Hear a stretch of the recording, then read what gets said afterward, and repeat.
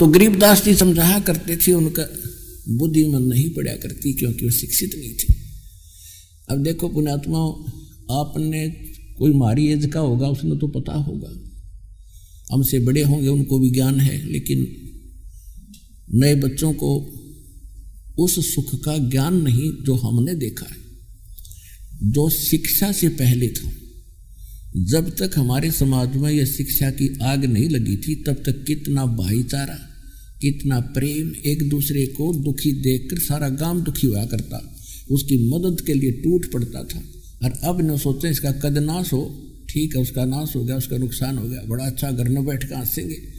और अभिमान छा गया, भगवान से कोसों दूर हो गए, नास्तिक बन गए, करके खाने से मिलता है, भगवान क्या खाने को दे देगा। अरे मेहनत करते करते नाश होया दिखा दूं आपको, क्या वो मेहनत नहीं करे थे? मेहनत तो करनी पड़ेगी, मजबूरी है, क्योंकि शरीर ऐसा है, बिना करे तुम पाओगे कहाँ। तो भगवान ने काम करने से मना नहीं करा, परमात्मा ने कहा तुम भक्ति ना करते या गलती कर रहे हो, साथ के साथ इस काम करते करते भक्ति करो, और करते हो तो तुम शास्त्र विदिता का मनवाना आचरण करे, वो व्यर्थ है। इतनी सी बात बताया करते थे। तो वो सुख पहले जो दास ने देखा, कितने शांत रहते थे, कोई झगड़ा नहीं, कोई विशेष बकवाद नहीं। और अब देखो ऊपर से तो सब ऐसे देखे, बड़े उज्ज्वल कपड़े पहन रखे, मोटरसाइकिल कार ले रखी है, चमकीला मकान बना रखा है, अंदर आग लग रही है घर घर में। ये शांति नहीं है बिल्कुल भी, क्योंकि माया एक आग है, और आग से शीतलता स्वप्न में नहीं हो सकती। हाँ, इसका प्रोटेक्शन बताया परमात्मा, इस मंत्र और भक्ति से इस आग की आँच कम हो जाएगी, और यह सही होगी आपने। इसलिए परमात्मा ने हमारे को भक्ति करने को कहा है। और ये ज्ञान इसलिए देना पड़ा कि पहले लोग मूर्ख बताते थे गरीबदास को, और आज आप इस मालिक, इस महापुरुष का नाम लेते गदगद होया करोगे, ऐसा अनमोल ज्ञान सुनाएंगे। हे परमात्मा, ये तो न्यारी आत्मा थी आपके, और पहले इसको मूर्ख कहा करते थे। तो यह शिक्षा देनी पड़ी अपने शरण में लेने के लिए, और फिर इस ज्ञान में इतनी ताकत है, इस आग ने बुझावेगा, इस अहंकार ने तोड़ेगा, जीव को अपनी स्थिति की, अपनी औकात का ज्ञान होगा, और आगे चलने के लिए जो आवश्यक वस्तु चाहिए, जो ना चाहिए उनको त्यागने की आपके अंदर एक बुद्धि देगा और हिम्मत देगा। तो ये ज्ञान अब दोधारी डबल काम करेगा आपके लिए। भगवान को पहचानेंगे और अपने अहंकार को छोड़कर भगवान मिलेगा। अब छोटी सी पोस्ट कोई पाएगा, देख लो अब जाकर अफसरों में नुआकड़ के बैठेगा कुर्सी पर, जान के रखी बन गया, और कल एक्सीडेंट में मर जा, गद्दा बना पाओगा, कुर्सी न कुर्सी कुछ नहीं तेरे पास।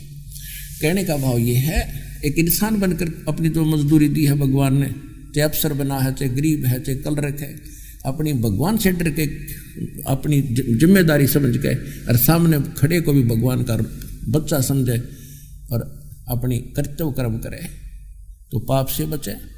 भक्ति भी साथ करनी चाहिए, जीव उद्धार होगा। तो इस ज्ञान से फिर हमारा अहंकार भी टूटेगा, संसार से मोह भी छूटेगा कि ये अपना नहीं है। आज मान लो, या मृत्यु के बाद तो सच्ची हो जाएगी। तो बुद्धिमान वही होता जो पहले मान ले, हाँ ये अपना नहीं है।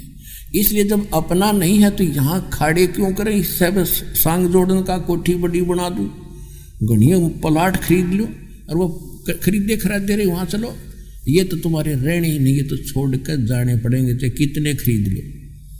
ये तो मूर्ख आदमी का काम है जो यहाँ बकवाद करे, जिसने ज्ञान नहीं है।